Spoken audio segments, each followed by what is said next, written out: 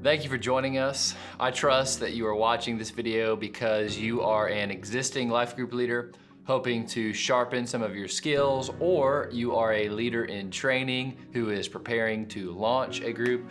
We've had previous videos where we talk about overall the journey of a life group and how it develops. We also talked about the overall vision of the life group ministry, which is we want to be groups that aim at three things: gospel, community, and mission. And again, those are three things I want you to get tired of hearing me say because they're that important, and it really will provide the structure for your calendar, for your curriculum, and for all of your group activities. But for the next couple of videos, what we want to do is dive a little deeper into the actual role of the life group leader, and specifically your role as a leader in making other leaders and also helping your group push towards multiplication.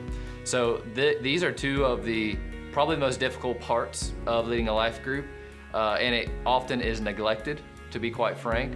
But if you do put effort into developing leaders within your group, and if you put effort into pushing your group towards multiplication, the fruit of your efforts is probably going to be more than you could even see. And it's going to benefit the church, it's going to benefit the community, and there are going to be after effects and fruit that I think God is going to use in a major way. And so that's really what we're going to talk about in the next couple of videos. In this video, we just want to talk through really the overall idea of why do we develop leaders, why do we multiply, and then what are some steps we can actually take in order to help our groups multiply. And just a reminder, when we talk about multiplication, we are not talking about growing your group to 20 people and then splitting it in half. And that is what a lot of groups have tried to do, not just at our church, but really all over the place.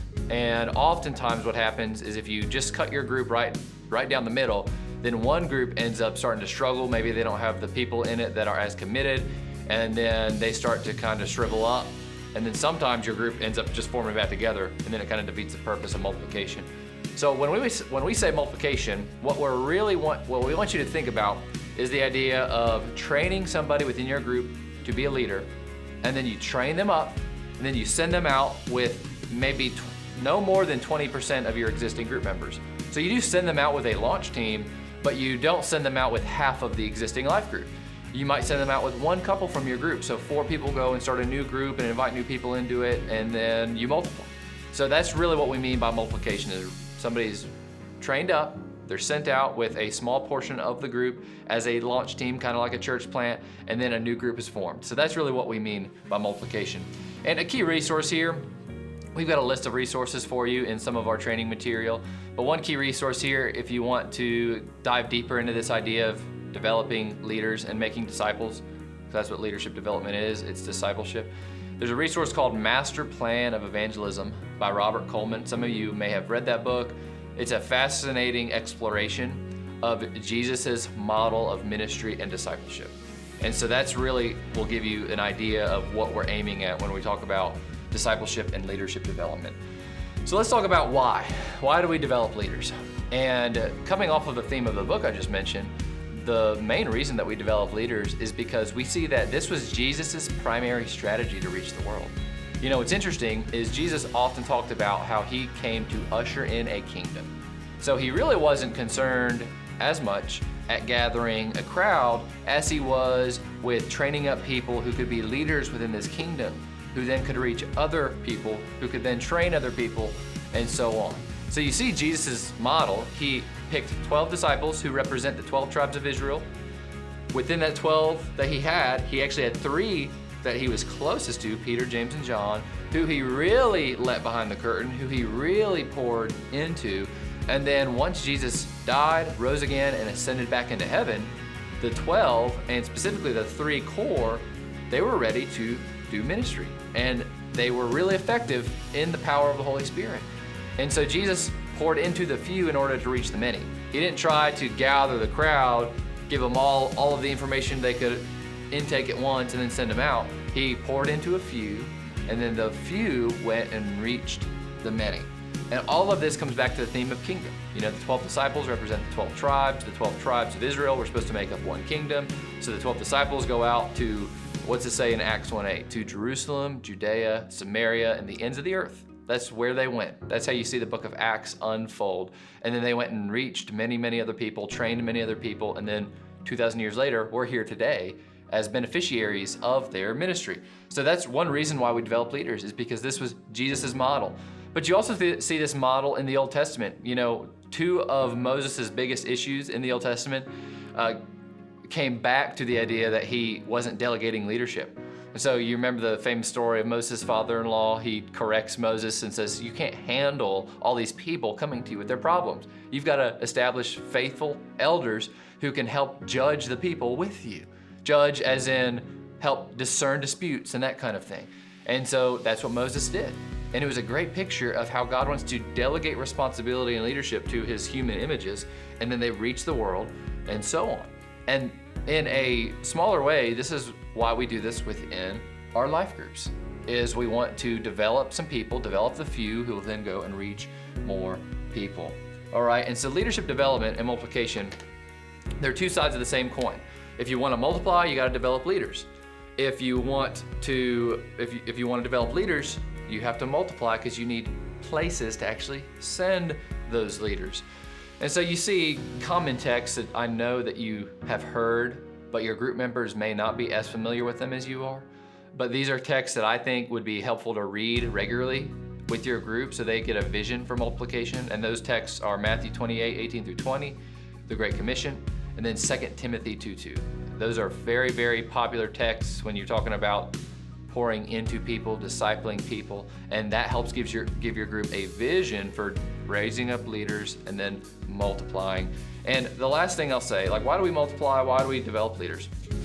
The most basic reason why we do this is because the people that you invest in, that's the only investment that will last eternally.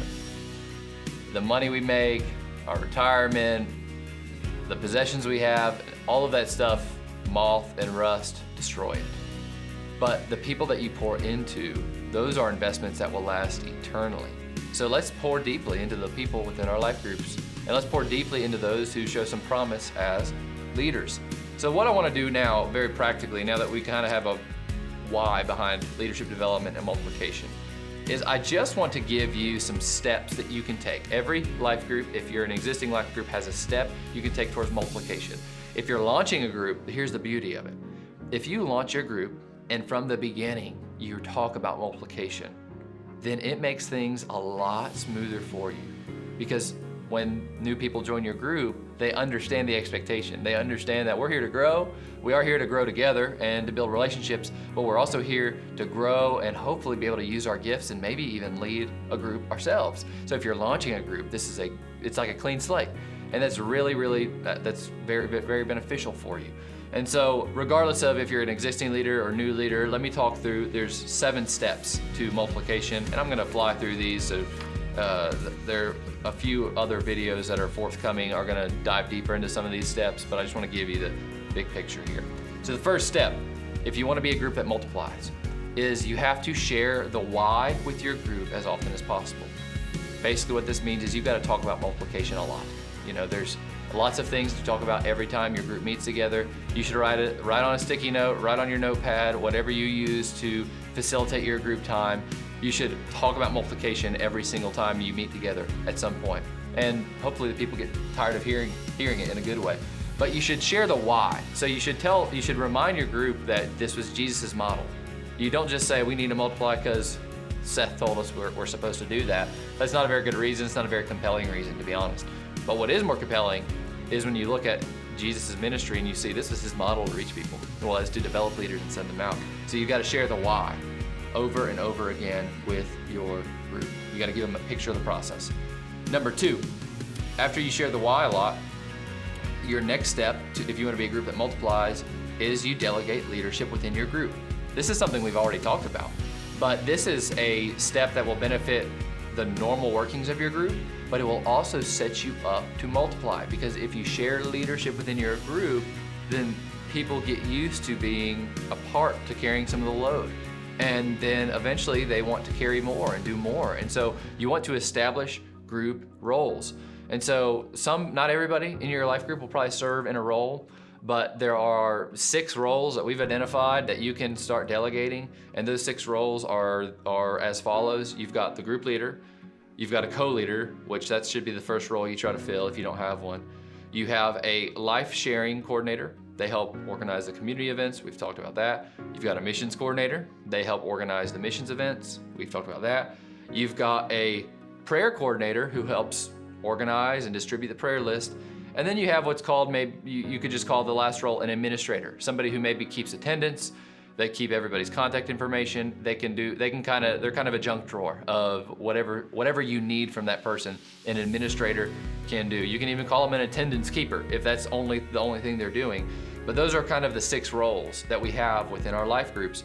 And what we see is the 2 most important roles that you need to delegate, other than leader and co-leader, would be a missions coordinator and life sharing coordinator. Anybody who is willing to step up to help lead out in missions or step up to help lead out in the community activities, those are people who you look to as potential leaders because those are higher capacity jobs. So that's the second thing you do, is you establish group roles, you delegate responsibility. We've already talked about this. The third step, if you want to be a group that multiplies, is you recruit an apprentice. You recruit an apprentice. So what you're doing is, as the leader, you're looking for somebody who is what we call FAT. It's an acronym: faithful, available, and teachable. Faithful, available, and teachable. We're gonna talk more about that in another video, so I'm gonna spare you some of those details right now, but step 3 is you recruit an apprentice. Step 4, once you recruit an apprentice, is you actually train that person. Again, we're gonna spend a whole video talking about this, so I'm not gonna spend a lot of time, but once you recruit somebody, you establish a process to actually train them. And that is gonna help push your group towards multiplication. It starts with relationships. It starts with one person that you're pouring into. So you don't have to, eat the whole cake all at once, so to speak. The 5th thing you do if you wanna be a group that multiplies is, once you've recruited and trained somebody, you then recruit a launch team. So you've been talking about the vision of multiplication, and then you might ask 1 or 2 couples, or if it's not a group of couples, anywhere from 2 to 4 people within the group, to consider being sent out with a new leader to launch a new group. So you then recruit a launch team, and you handpick these people because you know who is probably faithful, available, and teachable within your group. 6, the 6th thing you do is you commission this new group. So what's celebrated is repeated. So once you've got the leader, you've got the launch team, take a whole group session to pray over this new group that you're launching out. Do something together, do something special, have a meal, and you actually commission them, just like we see happening throughout the book of Acts. And then lastly, what you do once you launch the group and send them out and commission them, you will continue to support this group through prayer, encouragement, and coaching. Here's the awesome thing, is once you multiply a group and send somebody out, you still can have fun activities with the group you send out. You can still get the group that launched the new group and the new group, you can get together and do some fun stuff. You don't have to, ignore each other. So that's the beauty of this. We're actually not sending you across the world necessarily, but you are opening up another opportunity for others who are in our body, who don't have community, who don't understand the gospel, who don't understand mission. When you launch new groups, you're creating more spaces for more people to become like Jesus. And that's really what we're trying to do here. So that's why we develop leaders. That's why we seek to multiply. That's the big picture. Those are the steps you take to push towards that. Our next couple videos will dive a little bit deeper into the actual training process of the people that you identify.